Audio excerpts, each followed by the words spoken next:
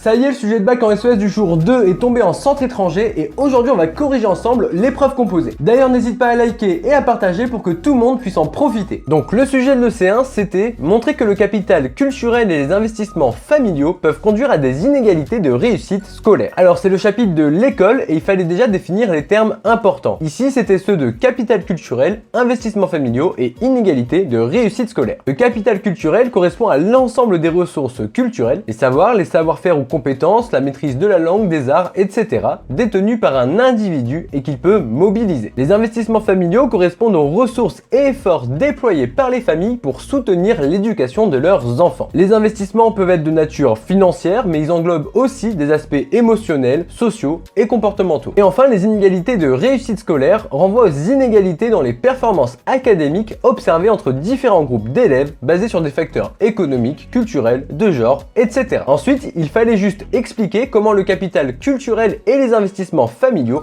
peuvent conduire à des inégalités de réussite scolaire. Pour ça, on va faire deux paragraphes. Un pour le capital culturel et un autre pour les investissements familiaux. Donc tout d'abord, l'inégale dotation des élèves en capital culturel peut conduire à des inégalités de réussite scolaire. En effet, l'école favorise les élèves ayant un fort capital culturel. Les élèves dotés d'un capital culturel conséquent réussissent mieux dans des exercices comme des dissertations et l'étude de la littérature. Les familles favorisées investissent activement dans la transmission du capital culturel dès le plus jeune âge, ce qui creuse l'écart d'apprentissage avec les enfants de milieux moins favorisés. En traitant tous les élèves de manière égale, l'école perpétue les inégalités et crée des écarts de réussite. Et ensuite, les investissements familiaux peuvent conduire à des inégalités de réussite scolaire. Les enfants de milieux défavorisés peuvent réussir grâce à un investissement familial intense, tandis que ceux de familles aisées peuvent échouer sans cet investissement. La mobilisation des familles est importante. Un cadre de vie structuré, un espace dédié aux devoirs et des parents partageant positivement leur vécu scolaire renforcent la réussite. Les familles avec des moyens économiques peuvent aussi choisir des écoles de qualité ou déménager pour accéder à de meilleurs établissements. Ainsi, un fort investissement familial peut compenser un faible capital culturel et économique, mais ces investissements varient selon les ressources parentales, ce qui accentue les inégalités de réussite scolaire. Ensuite, le sujet de l'EC2, c'était pour la première question. À l'aide des données du document, vous caractériserez l'évolution de la part des innovations dans le domaine de l'environnement entre 1990 et 2018 au sein de l'Union européenne. Alors, petit rappel, caractériser, c'est décrire un document. Il faut donc commencer par une observation générale, puis être de plus en plus précis. En analysant l'évolution de la part des innovations dans le domaine de l'environnement entre 1990 et 2018 au sein de l'Union européenne, plusieurs tendances se dégagent. Tout d'abord, on constate une augmentation significative de la part des innovations environnementales au sein de l'Union européenne. En 1990, elles représentaient 7,6% du total des innovations pour atteindre 13% en 2018, soit une hausse de 5,4 points de pourcentage sur toute la période. Cependant, cette augmentation n'a pas été constante. Entre 1990 et 2006, la part des innovations environnementales est restée relativement stable, passant de 7,6% à 8,6%, soit une augmentation de seulement 1 point de pourcentage en 16 ans. La véritable explosion des innovations environnementales dans l'Union européenne s'est produite à partir de 2006. En seulement 4 ans, cette part a bondi de 8,6% à 14,1% en 2010, marquant un gain impressionnant de 5,5 points de pourcentage. Depuis 2010, la tendance a montré un léger recul.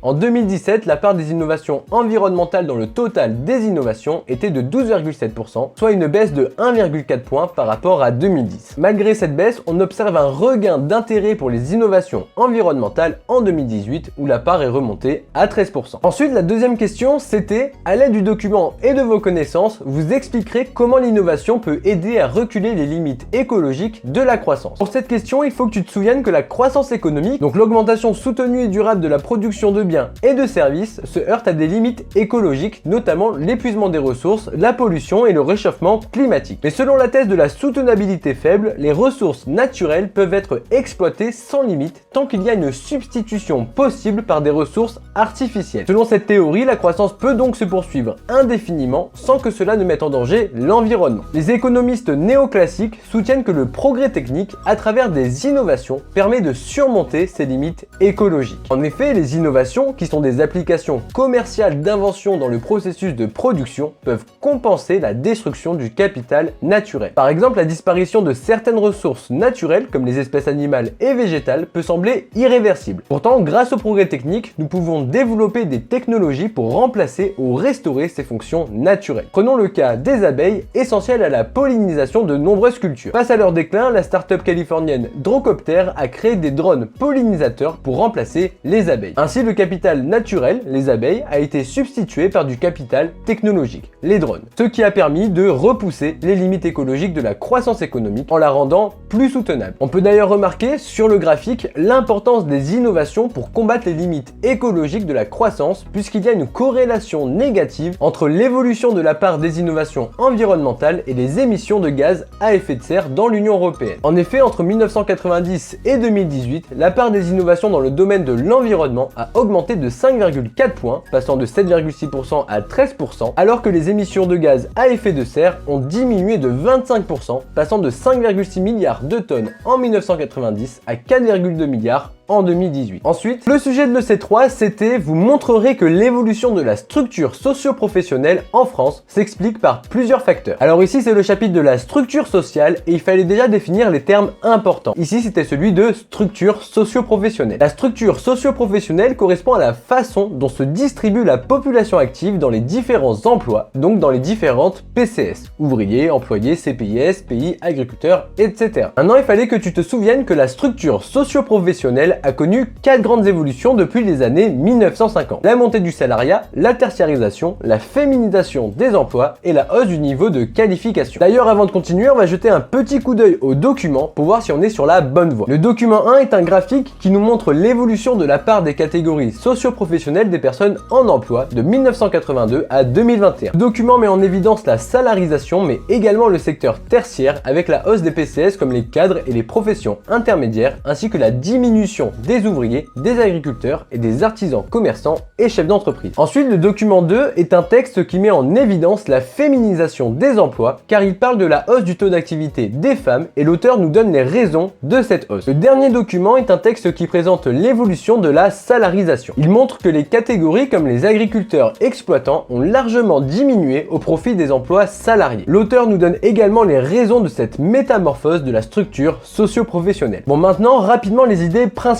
Déjà, il fallait dire que la structure socio-professionnelle a connu une forte montée du salariat depuis les années 1950. Ici, tu devais parler du recul des indépendants qui s'explique par le déclin de l'artisanat et le développement de l'industrie et de la grande distribution. Ensuite, dire que la montée du salariat s'explique par le développement de la production de masse, caractéristique de l'ère industrielle qui a nécessité une main-d'œuvre importante. Troisièmement, que l'introduction de l'organisation scientifique du travail avec le taylorisme et le fordisme a favorisé l'emploi salarié. Et enfin, que la mise en place d'institutions protectrices a offert une plus grande protection aux salariés, ce qui a contribué à rendre cette forme d'emploi attractive. Deuxièmement, il fallait dire que le secteur tertiaire a connu une forte expansion depuis les années 1950. Ici, tu devais parler de la montée des emplois tertiaires et de la baisse des emplois agricoles et industriels. Dire que cette tertiarisation s'explique par la hausse des salaires dans ce secteur grâce à la redistribution des gains de productivité. Et enfin, que ce sont des emplois qui ne sont pas touchés par la mondialisation car ils nécessitent une présence physique. Ensuite, la troisième évolution qu'il fallait évoquer, c'est la hausse du niveau de qualification, même si elle n'est pas dans les documents. En effet, la structure socio-professionnelle s'est transformée en faveur des emplois qualifiés du fait du progrès technique et de la massification scolaire. Et finalement, la quatrième et dernière évolution de la structure socio-professionnelle, c'est la féminisation des emplois. Il fallait dire notamment qu'il y a une augmentation de la part des femmes dans la population active, et là il fallait que tu dises que les femmes ont toujours travaillé, mais ce travail était invisibilisé. De plus, tu pouvais préciser que le travail féminin se concentre surtout dans le secteur tertiaire et il s'explique par une expansion de celui-ci. Et enfin, que la féminisation des emplois s'explique également par des transformations du rapport à l'emploi ainsi que par la massification scolaire qui a permis aux femmes de s'intégrer dans le monde du travail. Pour cette évolution, il fallait utiliser le document 2. Tu pouvais également dire à la fin de ton développement que certains phénomènes sont liés. C'est le cas par exemple de la salarisation et de la tertiarisation qui sont l'une des conséquences de la féminisation des emplois. Voilà, c'est tout pour ce sujet et si t'as fait ça, t'es sûr à 100% d'avoir une très bonne note. En tout cas, n'hésite pas à nous poser des questions et à nous dire ce que t'as mis en commentaire.